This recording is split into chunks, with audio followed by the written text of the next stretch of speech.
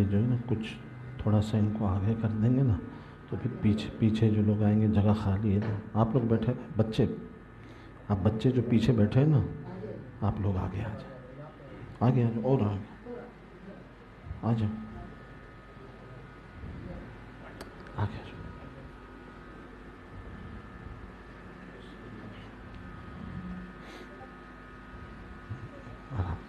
یہ ہل گیا۔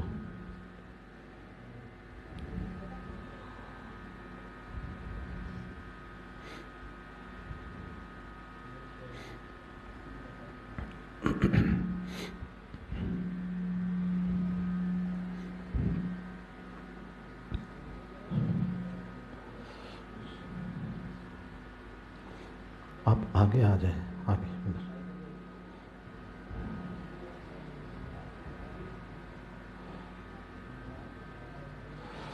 نحمده ونصلي ونسلم على رسوله الكريم وعلى آله وأصحابه أجمعين اللهم صل على سيدنا ومولانا محمد وعلى آل سيدنا ومولانا محمد وبارك وسلم صلاة وسلاما كثيرا كثيرا أما بعد فقد قال الله تبارك وتعالى في القرآن المجيد والفرقان الحميد أعوذ بالله من الشيطان الرجيم بسم الله الرحمن الرحيم وما أمروا إلا ليعبدوا الله مخلصين له الدين وقال رسول الله صلى الله عليه وسلم إنما الأعمال بالنيات صدق اللہ العظیم وصدق رسولہ النبی الکریم ونحن على ذلك من الشاہدین والشاکرین والحمد للہ رب العالمین۔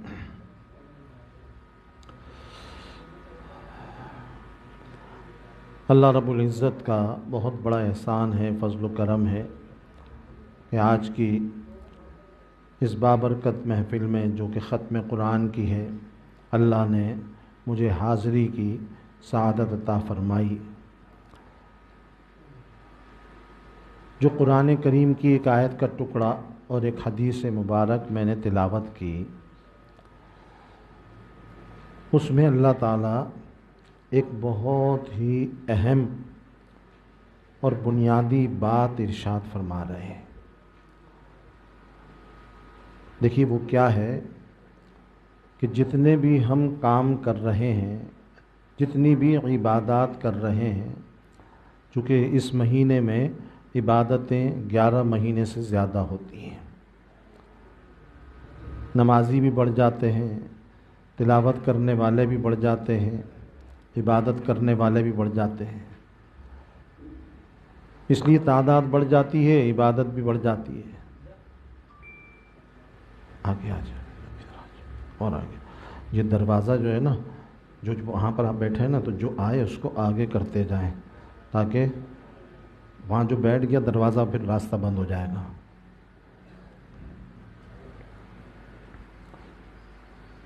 ادھر آ جائیں، ادھر جگہ خالی ہے نا، ادھر آ جائیں تاکہ دوسروں کو جگہ مل جائے۔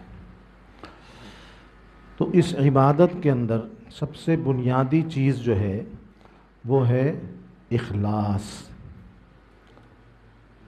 کہ ہر وہ عمل اللہ تعالیٰ قبول فرمائیں گے جس میں اخلاص ہوگا۔ اخلاص کیا؟ یعنی صرف اور صرف وہ کام اللہ کی رضا کے لیے ہو،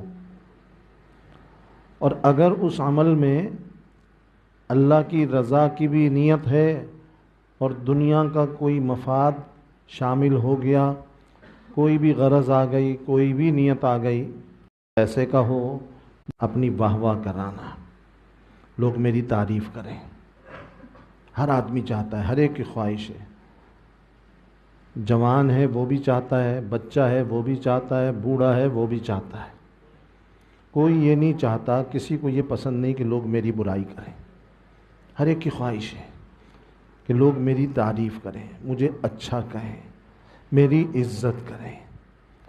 تو عزت، تعریف، واہ واہ کی خواہش یہ بھی ہر ایک کے اندر ہے۔ تو اگر عبادت سے مقصود عزت کرانی ہے اور لوگوں سے تعریف کرانی ہے اور لوگوں سے واہ واہ کرانی ہے کہ لوگ کہیں کہ جی ماشاءاللہ کتنا اچھا قرآن پڑھتے ہیں، اور لوگ یہ کہیں کہ کتنی اچھی نماز پڑھاتے ہیں، تو لوگوں سے اگر کچھ تعریفی کلمات کہلوانے ہیں تو میرے عزیزوں یہ اخلاص نہیں ہے۔ ایک آدمی تقریر کر رہا ہے اور تقریر کے اندر بھی ہے یہ بات جو بیان میں کر رہا ہوں، اگر اس میں نیت یہ ہے کہ لوگ جو سننے والے ہیں میری واہ واہ کریں، تعریف کریں، تو میرے اندر اخلاص ختم، یہ اخلاص نہیں ہے، اللہ کی رضا کے لیے نہیں ہے، یہ دنیا کے مفاد کے لیے ہو گیا۔ پیسے کا لالچ وہ بھی دنیا کا مفاد ہے، اور لوگوں سے واہ واہ کرانے کا لالچ یہ بھی دنیا کا مفاد ہے، یاد رکھیے۔ تو دنیا کا جب مفاد آ گیا تو وہ اخلاص نہیں رہا۔ اخلاص کے معنی ہوتے ہیں خالص۔ خالص دودھ کیا ہوتا ہے؟ کہ جس میں بالکل بھی ملاوٹ نہ ہو۔ اب ملاوٹ تھوڑی ہے یا زیادہ، وہ ملاوٹ ہے، وہ خالص نہیں ہے۔ تھوڑا پانی ڈالیں تب بھی خالص نہیں، زیادہ پانی ڈالیں تب بھی خالص نہیں۔ تو چاہے تھوڑی سی نیت دنیا کے مفاد کی آ جائے تب بھی اخلاص نہیں، زیادہ نیت آ جائے دنیا کے مفاد کی تب بھی اخلاص نہیں۔ تو جب اخلاص ہوگا تو وہ عمل قبول ہوگا۔ تو ہماری نماز، ہمارا روزہ، ہماری تراویح، ہماری تلاوت، تراویح میں پڑھنا، پڑھانا، سننا، سنانا، یہ سب کب فائدہ دے گا؟ جب اخلاص کے ساتھ ہوگا۔ ہمارا یہ جمع ہونا، میرا یہ بولنا، یہ اس وقت فائدہ دے گا جب اس کے اندر اخلاص ہوگا۔ اور اس میں دنیا کا لالچ آ گیا تو کوئی چیز بھی فائدہ نہیں دے گی بلکہ نقصان دے گی، پکڑ کا ذریعہ ہوگی، عذاب کا ذریعہ ہوگی۔ اللہ رب العزت اس پہ پکڑ کریں گے، اور پکڑ کر صرف یہ نہیں کہ ڈانٹ ڈپٹ کے چھوڑ دیں گے، نہیں، اتنی سخت حدیث ہے اس کے بارے میں، اتنی سخت حدیث ہے، آپ نے سنی بھی ہوگی، شاید پڑھی بھی ہو، کہ حضرت ابو ہریرہ رضی اللہ تعالیٰ عنہ اس کے راوی ہیں، اور ان کے شاگردوں نے یہ نقل کیا کہ یہ جو حدیث میں بتانے والا ہوں، سنانے والا ہوں، جب حضرت ابو ہریرہ رضی اللہ عنہ سنانے لگتے تھے تو سنانے سے پہلے خوف کی وجہ سے، اللہ کے ڈر کی وجہ سے وہ رونا شروع ہو جاتے تھے، اور بعض اوقات اتنا روتے تھے کہ روتے روتے مدہوش ہو جاتے ہیں اور حدیث سنانا بھول جاتے ہیں۔ پھر ہوش میں آتے، پھر لوگ ان سے کہتے کہ جی وہ حدیث آپ نے سنانی ہے، کہتے ہاں، پھر رونا شروع کر دیتے۔ تو حضرت ابو ہریرہ رضی اللہ عنہ کی ہمت نہیں ہوتی تھی کہ اس حدیث کو سنائیں، اللہ کے ڈر اور خوف کی وجہ سے بس روتے تھے، بڑی مشکل سے سنا پاتے تھے، چونکہ انہوں نے یہ حدیث سرکار دو عالم صلی اللہ علیہ وسلم کے مبارک منہ سے، مبارک زبان سے خود سنی تھی، اپنے کانوں سے خود سنی تھی، اس لیے وہ اس کا اثر تھا ان کے اوپر۔ اب وہ کیا حدیث ہے کہ قیامت کے دن اللہ کی بارگاہ میں 3 لوگوں کو، شروع میں جن کی پیشی ہوگی نا سب سے پہلے، اس میں 3 لوگوں کو بلایا جائے گا۔ وہ 3 لوگ کون ہوں گے؟ اس میں سے ایک ہوگا قرآن کا قاری، اور کیسا قاری؟ صرف یہ نہیں تراویح میں سنانے والا، جس نے ساری زندگی قرآن پڑھایا اور سنایا، قرآن کی خدمت کرتا رہا۔ جو قاری صاحب پڑھاتے ہیں مسجد میں، مدرسے میں بچوں کو، ساری زندگی یہی کام کیا، اور بہت ہی شاندار قرآن پڑھتے تھے، ایسا قرآن پڑھتے تھے، ایسا قرآن کہ لوگ سن کر حیران اور دنگ رہ جاتے تھے۔ تو اللہ تعالیٰ ان کو بلائے گا اور ان سے پوچھے گا کہ اللہ کے بندے، میرے بندے، میں نے تم کو یہ دولت دی تھی، بہترین قرآن پڑھنا آتا تھا تم کو، تو تم نے اس کا کیا حق ادا کیا؟ کہیں گے یا اللہ، میں نے آپ کے لیے قرآن ساری زندگی پڑھا، پوری زندگی قرآن کی خدمت میں لگا دی، پوری زندگی اس میں لگا دی آپ کے قرآن کی خدمت کے لیے۔ اللہ تعالیٰ فرمائیں گے تم نے زندگی تو لگائی لیکن میرے لیے نہیں. تم نے لگائی زندگی اس لیے تاکہ لوگ تمہاری تعریف کریں اور کہیں ماشاءاللہ کیا زبردست قرات کرتے ہیں، کیا بہترین تلاوت کرتے ہیں، کتنا شاندار قرآن پڑھتے ہیں.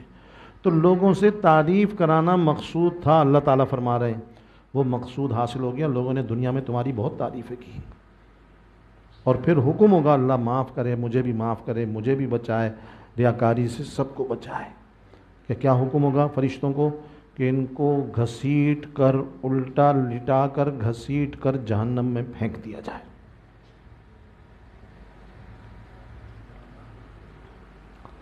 دوسرا شخص جس کو اللہ کی بارگاہ میں پیش کیا جائے گا وہ کون ہوگا؟ وہ ہوگا میدان جنگ میں، جہاد میں حصہ لینے والا، لڑنے والا اور اپنی جان قربان کرنے والا شہید. آگے آ جائیں اور آگے. آپ تو پرانے آدمی، خود ہی آگے بڑھ جایا کریں بغیر کہے، بیچ میں بولنا نہیں. اللہ کے راستے میں جہاد میں حصہ لیا اور جان قربان کر دی، شہید ہو گیا. شہادت کتنا اونچا درجہ ہے پتہ ہے؟ اتنا اونچا درجہ کہ نبی کریم صلی اللہ علیہ وسلم اس کی تمنا فرماتے تھے شہادت کی، اور یہ فرماتے تھے کہ میرا دل چاہتا ہے کہ میں شہید کیا جاؤں اور شہید ہونے کے بعد پھر دوبارہ زندہ کیا جاؤں، پھر لڑوں اللہ کے راستے میں، پھر شہید ہو جاؤں، پھر زندہ کیا جاؤں، پھر شہید ہو جاؤں، پھر زندہ کیا جاؤں. بار بار آپ یہ فرما رہے ہیں کہ اتنا اونچا درجہ اللہ کو بہت پسند ہے. شہید کیا ہے؟ اللہ نے قرآن میں فرمایا نا کہ ان کو مردہ مت سمجھو، مردہ مت کہو، یہ اللہ کے پاس زندہ ہیں، ان کو رزق ملتا ہے. شہیدوں کا بہت اونچا درجہ. تو اللہ تعالیٰ ایک شہید کو بلائیں گے، اسے کہیں گے کہ اللہ کے بندے تو نے کیا کیا دنیا میں بتا. وہ کہے گا یا اللہ آپ کے راستے میں لڑا، بہادری سے لڑا، خوب لڑا، خوب لڑا، جان قربان کر دی آپ کے لیے. اب اور کیا کر سکتا تھا، جان تو دے دی میں نے. اللہ تعالیٰ فرمائیں گے بالکل تو لڑا اور تو نے جان بھی قربان کی، لیکن میرے لیے نہیں کی، اس لیے کی کہ لوگ تعریف کریں کتنا بڑا بہادر ہے، جری ہے، دلیر ہے، کیسے کافروں کو مارا اور مارتے مارتے خود چلا گیا، شہید ہو گیا. تعریف کرانی مقصود تھی، واہ واہ کرانی مقصود تھی، وہ حاصل ہو گئی. اور وہی حکم ہوگا اللہ پناہ میں رکھے، اللہ پناہ میں رکھے فرشتوں کو کہ اس کو گھسیٹ کر جہنم میں پھینک دو. تیسرا شخص کون ہوگا؟ جس کو اللہ نے دنیا میں بہت مال دیا، ارب پتی، کھرب پتی، اور صرف یہ نہیں کہ مال تھا اس کے پاس، مال ملنے کے بعد اس نے خوب خرچ کیا. کس پر؟ اپنے اوپر خرچ نہیں کیا، اور اپنے گھر والوں، اس نے خوب غریبوں پہ خرچ کیا، خوب غریبوں پہ خرچ کیا. غریبوں کے اوپر لٹاتا رہا، ان کو دیتا رہا، ان مستحق لوگوں کی، ضرورت مندوں کی ضرورت پوری کرتا رہا. ہاں یہ صحیح کہہ رہے ہیں آپ. جو بڑے حضرات ہیں نا، آپ اوپر بیٹھ جائیں، اوپر صوفے پہ بیٹھ جائیں، جگہ ہو جائے گی. بیٹھ جائیں. وعلیکم السلام ورحمۃ اللہ.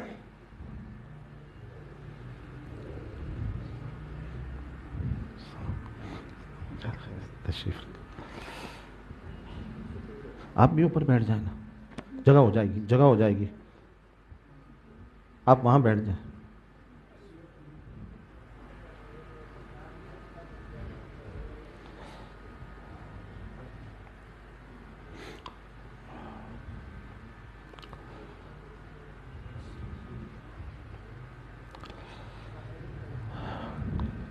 تو میں عرض کر رہا تھا کہ تیسرا وہ شخص جس کو اللہ نے مال دیا اور اس نے مال خوب غریبوں کی خدمت میں، مستحقین کے لیے، ضرورت مندوں کے لیے، مساجد کے لیے، مدارس کے لیے، رفاہی فلاحی کاموں میں اپنا کروڑوں اربوں روپیہ لگا دیا. تو اللہ تعالیٰ اس سے بلا کے پوچھیں گے کہ تو نے کیا کیا؟ وہ کہے گا یا اللہ آپ نے مال دیا تھا، میں نے خوب خرچ کیا، خوب لوگوں پہ لٹایا، غریبوں کی مدد کی. اللہ تعالیٰ فرمائیں گے بالکل تو نے لگایا، لیکن کس لیے؟ تعریف کرانے کے لیے، واہ واہ کرانے کے لیے، کہ لوگ تیری تعریف کریں اور تیرا نام ہو، پبلسٹی کرانے کے لیے. میری رضا کے لیے نہیں کیا. وہ تجھے حاصل ہو گیا اور فرشتوں کو حکم ہوگا کہ اس کو بھی گھسیٹ کے جہنم میں داخل کر دو۔ تو یہ حدیث بخاری شریف کی روایت ہے، حضرت ابو ہریرہ رضی اللہ عنہ راوی ہیں۔ کتنے اونچے عمل ہیں۔ ایک آدمی پوری زندگی قرآن میں لگا رہا ہے، بہت اونچا عمل۔ ایک آدمی پوری زندگی اپنا مال غریبوں کے اوپر خرچ کر رہا ہے، بہت اونچا عمل۔ اور اس سب سے اونچا عمل ایک آدمی اپنی جان اللہ کے راستے میں قربان کر کے شہید ہو رہا ہے۔ اس سے اونچا عمل کیا ہوگا؟ لیکن نیت اگر صحیح نہیں تو میرے عزیزوں یہ بھی پکڑ کا ذریعہ ہے، عذاب کا ذریعہ ہے، وبال کا ذریعہ ہے۔ اس لیے ہر عمل کے اندر ہمیں نیت کا جائزہ لینا چاہیے، مجھے بھی لینا چاہیے، سب کو لینا چاہیے۔ ہم جتنی بھی عبادات کر رہے ہیں اس کے اندر نیت کو دیکھیں۔ اگر ہماری نیت اللہ کی رضا کے لیے شکر ادا کریں، اور اگر اس میں کچھ گڑبڑ لگ رہی ہے، کچھ کھوٹ ہے، کچھ ملاوٹ ہے، تو اس کی تلافی کریں، اس سے توبہ استغفار کریں اور نیت کو صحیح کریں۔ تو میں یہ تمام حفاظ کرام سے بھی درخواست کر رہا ہوں کہ ہر عمل کے اندر ہم اپنی نیت کا جائزہ لیں، اور ہر کام میں صرف اور صرف نیت ہو صرف اللہ کی رضا کی، اللہ کی رضا کے ساتھ دنیا کا کوئی مفاد شامل نہ ہو۔ اگر دنیا کا کوئی بھی مفاد آ گیا تو وہ اللہ کی رضا نہیں رہے گی اور وہ عمل قبول نہیں ہوگا۔ تو اصل چیز تو قبولیت ہے۔ دنیا میں ہم کچھ بھی کر رہے ہیں، جتنا بھی اونچا کام کر رہے ہیں، اللہ تعالیٰ کی نظر جو ہوتی ہے نا وہ ظاہر کے اوپر نہیں ہوتی، اعمال کے اوپر نہیں ہوتی، شکل و صورتوں پر نہیں ہوتی۔ حدیث میں آتا ہے اللہ کی نظر کس پہ ہوتی ہے؟ نیتوں پر ہوتی ہے۔ اللہ تعالیٰ نیتوں کو دیکھتے ہیں اور نیتوں کے مطابق معاملہ فرماتے ہیں۔ ظاہری عمل کے ہم جو ہے نا، ہم ظاہر کو دیکھ رہے ہیں، ہمیں نہیں پتہ اس کے دل میں کیا نیت ہے، اس کے دل میں کیا نیت ہے۔ نیتوں پہ ہم حملہ بھی نہیں کر سکتے ہیں، کسی کی نیت کے بارے میں ہم کہہ بھی نہیں سکتے اس کی کیا نیت ہے۔ یہ تو اندر کا معاملہ ہے نا، باطنی معاملہ، یہ اللہ جانتا ہے۔ اس لیے ہمیں کسی کی نیت پہ شک بھی نہیں کرنا چاہیے، حملہ بھی نہیں کرنا چاہیے، اپنی نیت کو صحیح کرنے کی کوشش کرنا چاہیے۔ اللہ کی نظر نیت پر ہے، دل پر ہے۔ اللہ تعالیٰ ظاہری عمل کو نہیں دیکھتے، نیتوں کو دیکھتے ہیں اور نیت کے مطابق معاملہ فرماتے ہیں۔ ایک آدمی کا عمل بظاہر تھوڑا ہے لیکن نیت بہت اچھی ہے، اللہ کی رضا کے اندر جو نیت ہے نا، اس نیت کے اندر بھی کیا ہیں؟ درجے ہیں، کیٹیگریز ہیں، تفاوت ہے، فرق ہے۔ جتنی اونچی نیت ہوگی اور جتنی زیادہ اس کے اندر اچھی نیتیں ہوں گی اتنا ثواب بڑھ جائے گا۔ میں آپ کو ایک مثال دوں، ایک عمل میں اچھی نیت ایک نہیں ہوتی، کئی ہو سکتی ہیں، اور جتنی اچھی نیتیں کرتے جائیں گے نا اس کا ثواب بڑھتا جائے گا۔ مثال کے طور پر ایک عمل ہے حضور صلی اللہ علیہ وسلم کی سنت، خوشبو لگانا۔ اب ہم نے خوشبو لگائی، بس یہ نیت کر لی کہ جی سنت ہے، ثواب ملے گا، اتباع سنت کی نیت ہو گئی، رائے گا نہیں جائے گا، ثواب ہے۔ لیکن اگر اس کے اندر اور بھی نیتیں کر لیں، کیا ہے کہ جی ہم مسجد جا رہے ہیں تو مسجد کے ادب اور احترام اور تقدس کا بھی تقاضا ہے کہ خوشبو لگائیں۔ ہم تلاوت کرنا چاہ رہے ہیں، نماز پڑھنا چاہ رہے ہیں، اس سے پہلے خوشبو، تو اللہ کی بارگاہ میں حاضر ہو رہے ہیں تو اللہ کے سامنے پیش ہونے سے پہلے بھی تو ادب کا تقاضا ہے، خوشبو لگائیں۔ پھر مسجد کے اندر اللہ کی ایک نیک مخلوق فرشتے ہوتے ہیں، فرشتوں کو خوشبو بہت پسند، بدبو سے نفرت، تو فرشتے بھی خوش ہوتے ہیں خوشبو لگانے سے، یہ بھی نیت ہو سکتی ہے۔ پھر جب خوشبو ایک آدمی لگاتا ہے تو ارد گرد جو لوگ ہوتے ہیں ان کو بھی وہ خوشبو پہنچتی ہے، ان کا بھی دل خوش ہوتا ہے خوشبو سون کر۔ تو کسی مسلمان کا دل خوش کرنا خوشبو لگا کر، اس میں بھی ثواب بڑھ جاتا ہے۔ تو جتنی اس میں نیتیں کرتے جائیں گے، ایک خوشبو لگائی، نیتیں کئی کر لی، ثواب بہت زیادہ بڑھ گیا اس کا۔ اس لیے کئی نیتیں ہو سکتی ہیں، اور مسلمان کی دلجوئی جو ہے نا، یہ بہت اونچا عمل ہے، یہ اللہ کو بڑا پسند ہے، اور مسلمان کو ایذا اور تکلیف سے بچانا یہ بھی بہت اونچا عمل ہے۔ ایک آدمی کے کپڑوں سے بدبو آ رہی ہے اور وہ کسی محفل میں جا رہا ہے، مجلس میں جا رہا ہے، مسجد میں جا رہا ہے، تو ظاہری بات ہے جب کپڑوں سے یا جسم سے بدبو آ رہی ہوگی تو اس بدبو کا اثر تو دائیں بائیں لوگوں پہ پڑے گا نا، وہ بھی تو محسوس کریں گے اور ان کو تکلیف تو ہوگی نا۔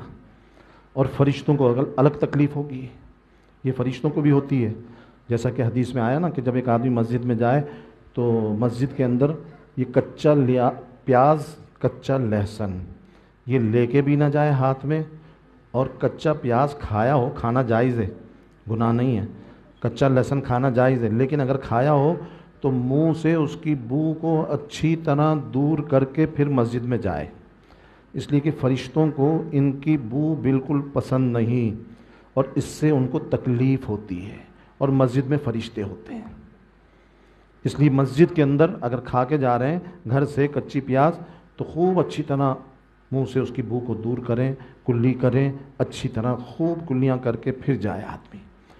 تو اس سے کیا ہوتا ہے؟ فرشتوں کو بھی تکلیف ہوتی ہے، تو فرشتوں کو بھی تکلیف سے بچا رہے ہیں، لوگوں کو بھی تکلیف سے بچا رہے ہیں۔ تو میرے عرض کرنے کا مقصد ہے کہ ایک عمل میں کئی نیتیں ہو سکتی ہیں۔ دیکھیے میں ایک اور مثال دوں آپ کو، ایک آدمی گھر بنا رہا ہے، اب گھر کے اندر ہر ایک اپنی ضرورت کے تحت دروازہ بھی لگاتا ہے، کھڑکی بھی لگاتا ہے۔ اب کھڑکی ایک آدمی نے لگائی اور بنوائی کس لیے کہ جی تاکہ کراس وینٹیلیشن، ہوا کا رخ ہے، ہوا آئے گی جائے گی، یہاں سے کمرہ ہوا دار ہوگا، بالکل صحیح ہے، جائز ہے، کوئی گناہ کی بات نہیں ہے، یہ نیت کر سکتے۔ لیکن اگر اس میں یہ نیت کر لیں کہ بھئی کھڑکی سے مسجد سے جب اذان ہوگی نا وہاں سے اذان کی آواز کمرے میں آئے گی، تو پھر کیا ہوگا؟ اس کے اندر اور ثواب ہو جائے گا، اس میں آپ نے اور اچھی نیت کر لی، ثواب، کھڑکی پہلے بھی بن رہی تھی، لگ رہی تھی، اب اور نیت اچھی کر لی، نیت سے ثواب بڑھ جاتا ہے، تو اس میں ثواب ہو گیا، یہ ثواب کا کام ہو گیا۔ تو ہر عمل میں اچھی نیت تلاش کریں، اچھے کام کی نیت کریں، اور اللہ کی رضا کو پیش نظر رکھیں۔ دنیا کے مفاد مالی ہوں، جاہی ہوں، جاہی یہ جو میں نے بتایا، اپنی تعریف کرانا، واہ واہ کرانا، یہ اللہ کو پسند نہیں، یہ گناہ ہے۔ لوگوں کی عزت کرنی چاہیے، اور لیکن لوگوں سے یہ چاہنا کہ میں یہ نیک عمل کر رہا ہوں اس لیے کہ لوگ میری تعریف کریں، یہ اللہ کو پسند نہیں ہے۔ غیر اختیاری طور پر اگر کوئی تعریف کر دے بغیر چاہے تو گناہ نہیں ہے، لیکن اپنے دل میں یہ خواہش نہ ہو کہ جی میں اچھا قرآن پڑھتا ہوں، میں اچھا فلاں دین کا کام کرتا ہوں، تو اس بنیاد پہ لوگ میری عزت کریں، یہ اللہ کو پسند نہیں ہے۔ اس نیک عمل کے اندر یہ اخلاص کے منافی ہے۔ اس لیے اللہ رب العزت عزت دینے والا، ایک بات یاد رکھیں، من کان یرید العزت فللہ العزت جمیعا، اگر عزت چاہتے ہو تو اللہ کے دین سے جڑ جاؤ، اللہ نے دین میں اور قرآن میں عزت رکھی ہے، خود بخود ملے گی۔ جب دین کو ہم اختیار کریں گے، قرآن کو اپنائیں گے، اس پہ عمل کریں گے، اس کو پھیلانے کی کوشش کریں گے، تو خود بخود اللہ قرآن کی برکت سے عزت دیتا ہے۔ ہر دور میں، ہر زمانے میں قرآن کی برکت سے لوگوں کو عزت ملی، اور آج بھی ملتی ہے اور ملے گی، اس لیے اس سے عزت ملتی ہے، لیکن نیت عزت کی نہ رکھو۔ اس لیے قرآن کو اختیار نہیں کرو کہ جی ہمیں عزت ملے۔ ہاں عزت اگر چاہتے ہیں ہم آخرت کی عزت کی طلب رکھیں کہ وہاں عزت مل جائے، وہاں کی ذلت نہ ہو، وہاں کی رسوائی نہ ہو، وہاں کی پریشانی اور تکلیف نہ ہو، لیکن دنیا میں قرآن کے ذریعے عزت چاہنا، دنیا میں عبادت کے ذریعے عزت چاہنا، دنیا میں نماز کے ذریعے عزت چاہنا، یہ گناہ کے اندر آتا ہے، اس سے بچنا چاہیے۔ بس مختصر سی میں بات ختم کرتا ہوں، پھر دعا کریں گے کہ ہر کام اللہ تعالیٰ اپنی رضا کے لیے مجھے بھی اور آپ لوگوں کو بھی سب کو کرنے کی توفیق دے، اخلاص کامل عطا فرمائے، اور ریاکاری سے، نام و نمود سے ہماری حفاظت فرمائے۔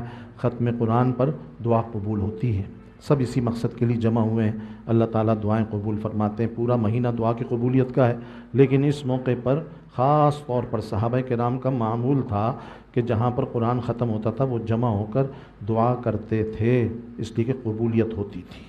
اس لیے ہمیں بھی اس کا اہتمام کرنا چاہیے اور اللہ سے رجوع کرنا چاہیے۔ انفرادی مسائل بھی ہیں، اجتماعی بھی ہیں، پوری امت مسلمہ کے بھی ہیں، فلسطین کے ہمارے بھائی بہنوں کے بھی ہیں، ملک کے بھی ہیں، سارے مسائل کے لیے اسباب تو ہیں اپنی جگہ پر، لیکن دعا بھی بڑی چیز ہے، اللہ سے رجوع کر لیں، دعا فرما لیں۔ الحمدللہ رب العالمین والصلاة والسلام علی سید الانبیاء والمرسلین۔ ربنا ظلمنا انفسنا وان لم تغفر لنا وترحمنا لنکونن من الخاسرین۔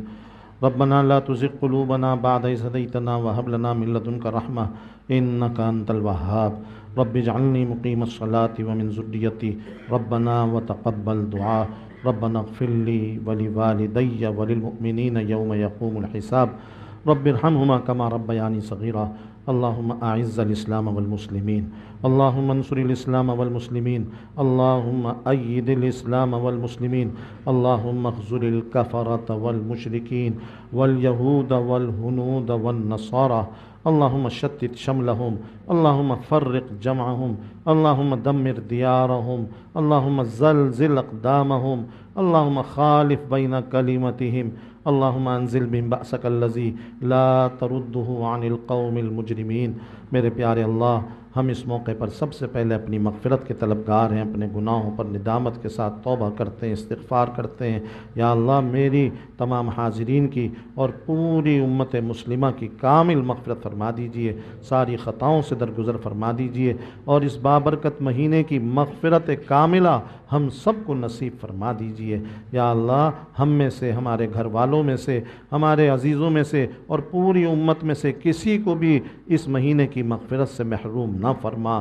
جو محروم ہو گیا یا اللہ وہ تباہ و برباد ہو جائے گا، اس کو کوئی بچانے والا نہیں ہوگا۔ یا اللہ ہمیں مغفرت سے محروم نہ فرما، تباہی و بربادی سے بچا لے، ہمیں اور پوری امت کو ہدایت کاملہ سے نواز دے۔ جو سیدھا اور سچا راستہ آپ کا اور آپ کے حبیب کا پسندیدہ ہے، یا اللہ اس پہ چلتے رہنے کی، مرتے دم تک قائم رہنے کی توفیق عطا فرما۔ ہر قسم کی گمراہیوں سے، ضلالتوں سے، غلط کاموں سے، غلط باتوں سے ہم سب کی حفاظت فرما، پوری امت کی حفاظت فرما۔ یا اللہ ہمیں حقوق اللہ بھی پورے کرنے کی توفیق عطا فرما، حقوق العباد کی ادائیگی کی بھی فکر نصیب فرما، حق تلفیوں سے، ظلم اور زیادتیوں سے ہماری حفاظت فرما۔ یا اللہ ہر کام میں اخلاص کامل نصیب فرما، احسان کامل نصیب فرما، نام و نمود، ریاکاری، عجب، تکبر، حسد، کین، بغض سے ہماری حفاظت فرما۔ یا اللہ سب کو نیک، نمازی، متقی بنا، قرآن کریم سے سب کو قلبی تعلق اور لگاؤ نصیب فرما۔ یا اللہ اس کو صحیح تجوید کے ساتھ پڑھنے کی اور اس کو سمجھنے کی اور اس کو سیکھنے کی اور اس پر عمل کرنے کی اور اس کو پھیلانے کی ہم سب کو توفیق عطا فرما اور اس میں اپنا حصہ لگانے کی توفیق عطا فرما۔ قرآن کی اور دین کی خدمت کے لیے ہم سب کو قبول فرما۔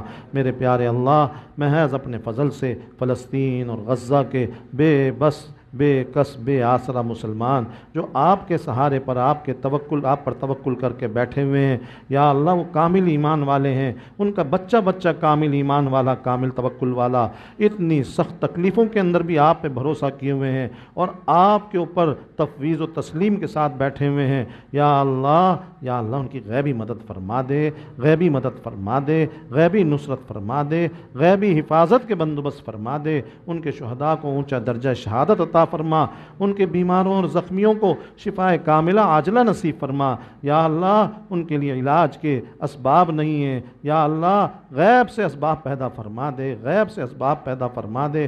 آپ قادر مطلق ہیں، سب کچھ آپ کے ہاتھ میں، آپ کے قبضہ قدرت میں ہے۔ یا اللہ ان یہودیوں نے، بدبختوں نے، ملعونوں نے جو کچھ رکاوٹیں ڈالی ہوئی ہیں، یا اللہ ان کی امداد میں، ان کے علاج اور دواداروں میں، ان کے کھانے پینے کی چیزوں میں، یا اللہ ساری رکاوٹوں کو دور فرما دیجئے اور ان کی ساری ضروریات کو غیب سے پورا فرما دیجئے، غیبی مدد فرما دیجئے، غیبی حفاظت فرما دیجئے۔ ان کی جان، مال، عزت و آبرو، ان کے بچوں، ان کے عورتوں کی حفاظت کے لیے غیب سے بندوبست فرما۔ یا اللہ جو نقصان ہو گئے اس کی جلد غیب سے تلافی فرما۔ یا اللہ ان کو چین و سکون والی زندگی عطا فرما دے اس ماہ مبارک کی برکت سے۔ یا اللہ ان کے لیے آزمائشوں کا وقت اور دور ختم فرما دیجئے۔ یا اللہ بہت آزمائشیں ان کی ہو گئیں، بہت تکلیفیں انہوں نے اٹھا لیں۔ یا اللہ ساری دنیا کے مسلمان بے بس ہیں، بے بس ہیں، کچھ نہیں کر سکتے۔ ہمارے حکمران بھی یا اللہ بالکل بے بس ہیں، ان کی کوئی حیثیت نہیں، کچھ بھی نہیں کر سکتے۔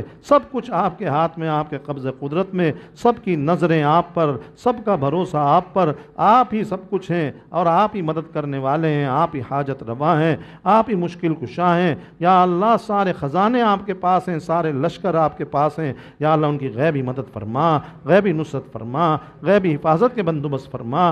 یا اللہ ان کی تکلیفوں پریشانیوں کو دور فرما دیجئے، ان کی تکلیفوں پریشانیوں کو دور فرما دیجئے۔ یا اللہ مزید تکلیفوں سے بچا لیجئے، مزید نقصانات سے بچا لیجئے، اور جتنے نقصان ہو گئے اس کی جلد غیب سے تلافی فرما دیجئے۔ غیبی نصرت فرما کر فتح مبین عطا فرما، مجاہدین اسلام کی غیبی مدد فرما، ان کو فتح مبین عطا فرما، غلبہ اور کامیابی نصیب فرما۔ یا اللہ القدس کو آزادی نصیب فرما، اور اسرائیل کو اور یا اللہ اس کے مددگاروں کو نیست و نابود فرما، ہمیشہ کے لیے تباہ و برباد فرما، ان کے اسلحے کو انہی کی تباہی کا ذریعہ بنا۔ ان یا اللہ ذلت اور خواری جلد ساری دنیا کو یا اللہ دکھا دیجئے، ان کی تباہی و بربادی جلد ساری دنیا کو دکھا دیجئے، اور ان کی ہلاکت اور تباہی کے لیے غیب سے اسباب پیدا فرما دیجئے۔ یا اللہ آسمانی لشکر نازل فرما دیجئے، ان کے دلوں میں خوف، رعب، ہیبت اور یا اللہ بزدلی پیدا فرما دیجئے۔ یا اللہ محض اپنے فضل سے امت مسلمہ میں وحدت یکجہتی پیدا فرما دے۔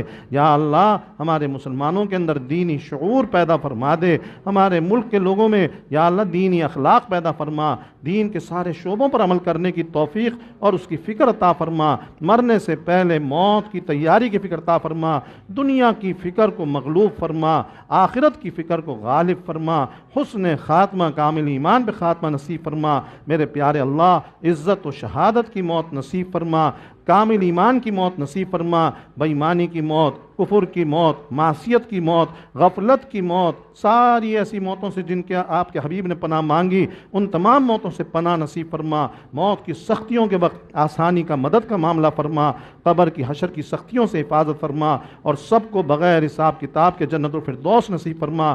امت میں جوڑ پیدا فرما دے، یا اللہ الفتیں پیدا فرما دے، محبتیں پیدا فرما دے، عداوتوں کو، نفرتوں کو، حسد، کینے، بغض کو، یا اللہ تعصبات کو، فرقہ واریت کو یا اللہ ختم فرما دیجئے، جوڑ کی صورتیں پیدا فرما دیجئے، محبت کی صورتیں پیدا فرما دیجئے، الفت کی صورتیں پیدا فرما دیجئے، سب کو ایک اور نیک بنا دے۔ یا اللہ مزاجوں میں تحمل، بردباری، رواداری پیدا فرما دے، بڑوں کا ادب، چھوٹوں پہ شفقت کرنے والا بنا دے، ظلم اور زیادتیوں سے ہم سب کی حفاظت فرما، ظالم بننے سے بھی بچا، مظلوم بننے سے بھی بچا، گمراہ ہونے سے بھی بچا، گمراہ کرنے سے بھی بچا۔ یا اللہ سب کو ایک اور نیک بنا دے، سب کو ایک اور نیک بنا دے، اور سب کو دینداری والی زندگی عطا فرما دے، تقوی والی زندگی عطا فرما دے۔ ہماری معاشرت کی بھی اصلاح فرما، ہمارے معاملات کی بھی اصلاح فرما، ہمارے اخلاقیات کی بھی اصلاح فرما، ہماری سیاسیات کی بھی اصلاح فرما۔ یا اللہ محض اپنے فضل سے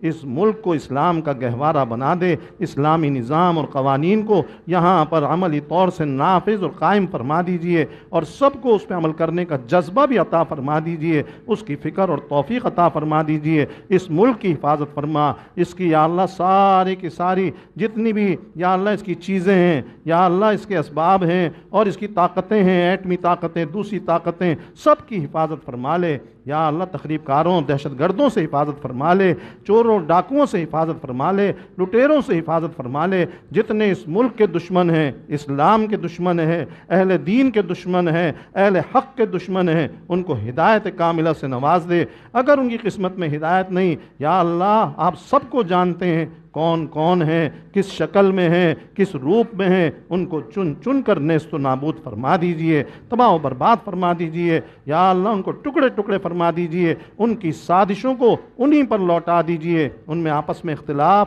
اور افتراق پیدا فرما دیجئے۔ آپ کے حبیب صلی اللہ علیہ وسلم نے جس جس نعمت کا سوال کیا وہ ساری نعمتیں ہمیں پوری امت کو عطا فرما، اور جن شرور فتن سے پناہ مانگی ان تمام چیزوں سے پناہ نصیب فرما۔ یا اللہ جتنے یہاں پر بیمار ہیں ہمارے گھروں میں، مردوں میں، عورتوں میں، بڑوں میں، والدین میں، بچوں میں، یا اللہ سارے بیماروں کو شفائے کاملہ عاجلہ نصیب فرما دے۔ ہمارے بڑوں کا سایہ صحت کے ساتھ ہمارے سروں پہ قائم اور دائم فرما۔